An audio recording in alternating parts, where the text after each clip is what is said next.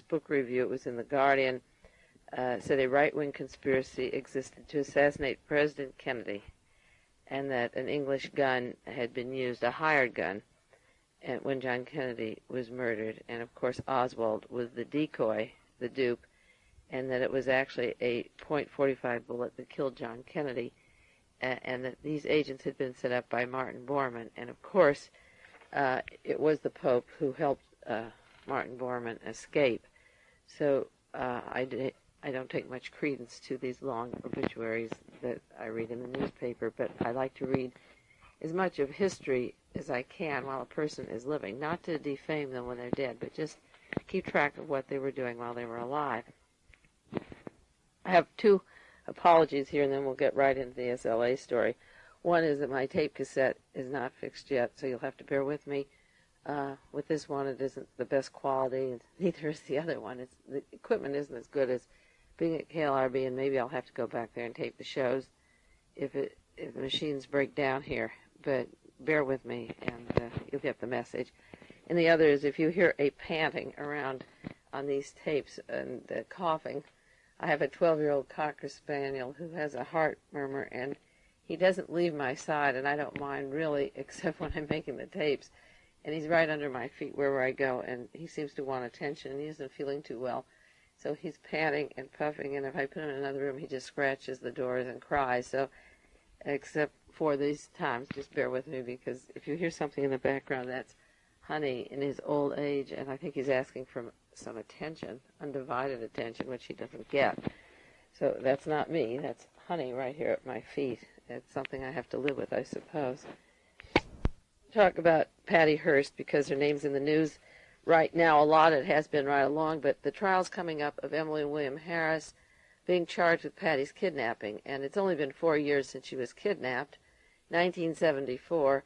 This has been a long wait to try Emily William Harris, and of course I wrote in my article in 1974, Why Was Patricia Hearst Kidnapped?, that I was told by Alex Bodist of the Drug Enforcement Agency that, and when he worked in Indiana, that Angela Atwood and her husband, Gary Atwood, and William and Emily Harris were agents, narcotic agents, on the campus in Bloomington, Indiana, before they came out to infiltrate the prison system and work for the FBI counterintelligence program.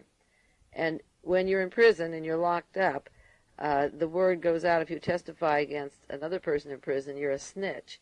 And that could be the trigger to kill Patty and thereby letting the Harrises out.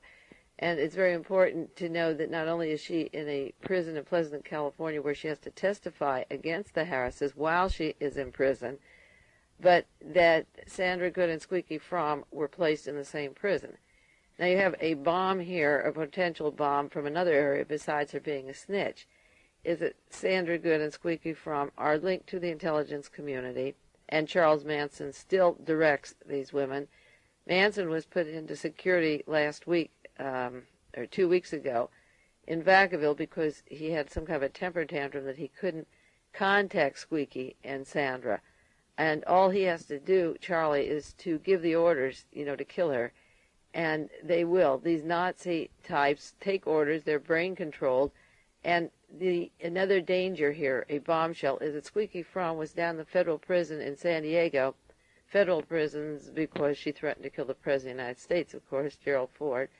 And then she was sent back east to Virginia to another prison with Sarah Jane Moore, who worked for Randolph Hearst during the People in Need program, who admittedly was an FBI agent during that whole period. And Sarah Jane Moore, who was charged with attempt to kill President Ford, also took responsibility for the death of Popeye Jackson, the head of the United Prisoners Union.